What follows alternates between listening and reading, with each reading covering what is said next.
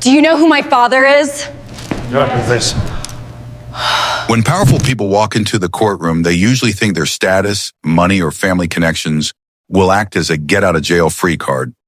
They walk with a certain swagger, convinced that the rules we all follow simply don't apply to them.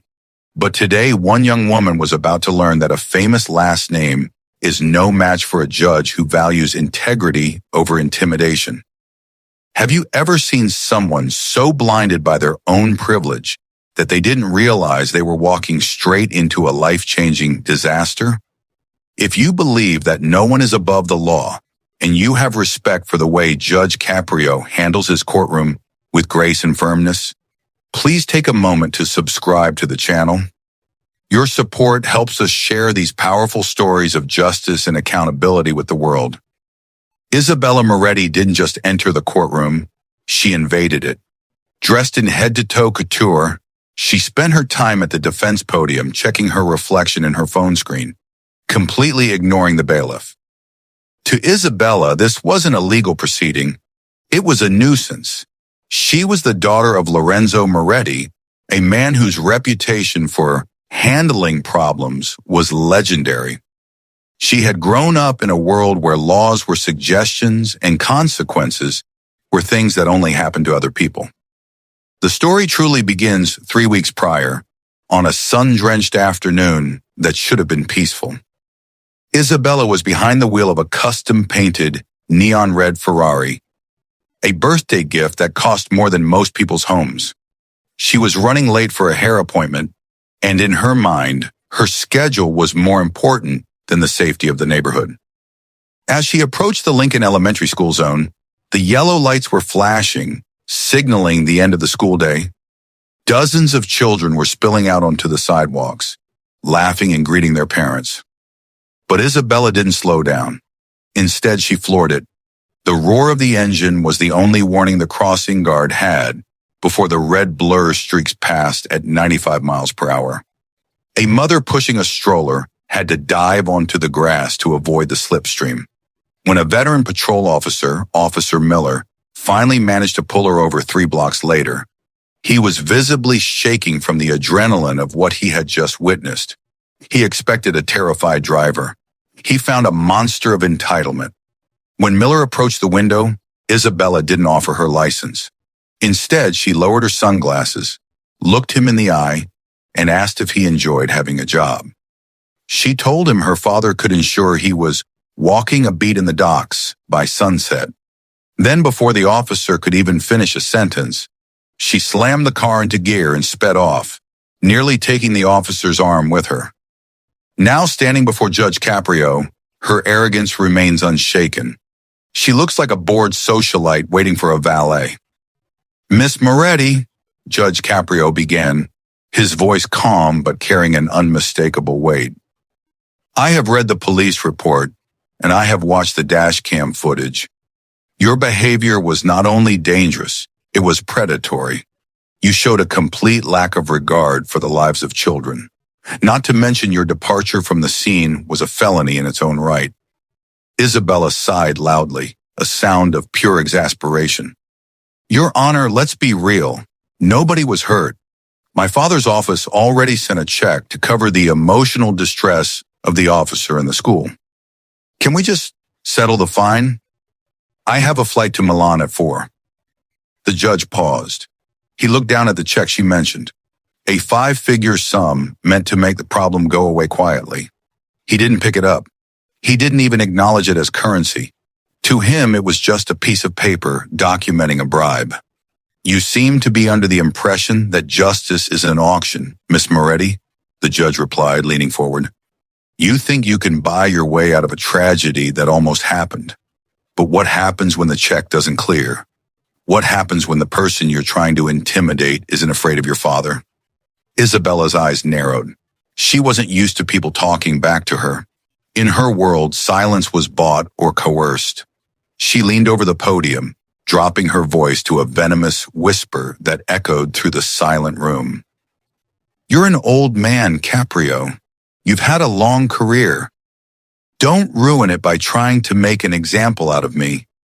My father doesn't like it when people mistreat his daughter." If you're smart, you'll take the win and let me go. The tension in the room was thick. The gallery was silent, holding its collective breath. Isabella's own attorney looked like he wanted to crawl under the table. He knew what she didn't, that Judge Caprio isn't moved by threats. He is moved by the truth. But what Isabella didn't know was that while she was making threats, a silent signal had already been sent. This wasn't just about a speeding ticket anymore. For years, the Moretti family had operated as if the city was their private playground. They had influenced elections, intimidated witnesses, and bypassed the very laws that keep a society together. But today, the shadow of the Moretti name reached its limit. Isabella, the judge said, using her first name for the first time.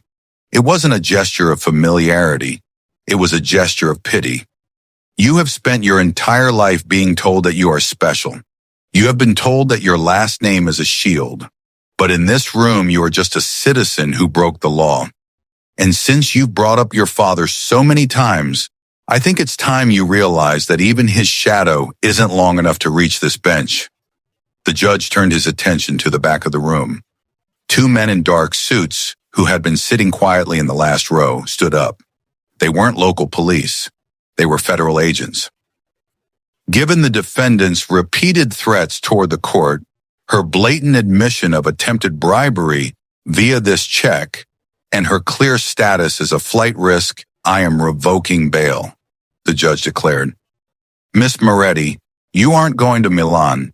You are going to the county intake facility to await trial for felony reckless endangerment and witness intimidation. The transformation was instantaneous.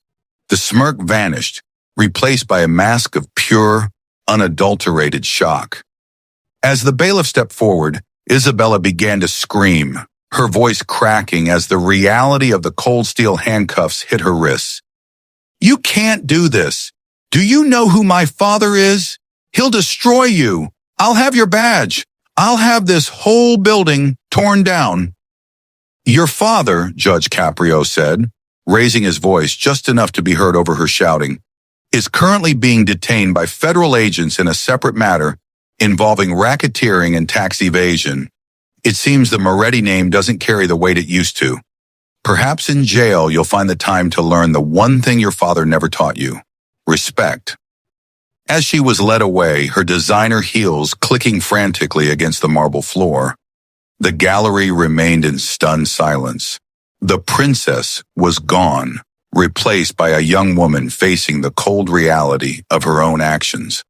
The aftermath of that day sent shockwaves through the city. The Moretti empire, which many thought was untouchable, began to crumble as more victims came forward, no longer afraid of a name that had finally been stripped of its power. Isabella's father was indeed facing a mountain of legal battles, leaving her to navigate a system she had spent her life mocking. Without the protection of her family's influence, she was forced to face the victims of her recklessness. The parents who stayed up at night thinking about what could have happened, and the officers she had looked down upon. It serves as a powerful moral lesson for us all. Integrity isn't something you can buy, and respect isn't something you can demand through fear. True justice happens when the loudest voice in the room is finally silenced by the truth. Judge Caprio didn't just win a legal battle that day. He restored a sense of balance to a community that had long felt the weight of the Moretti family's shadow. Justice isn't about the size of your bank account or who you know in high places. It's about the simple, quiet courage to stand up for what is right. As Isabella Moretti learned, when you think you're above the law, the only way to go is down.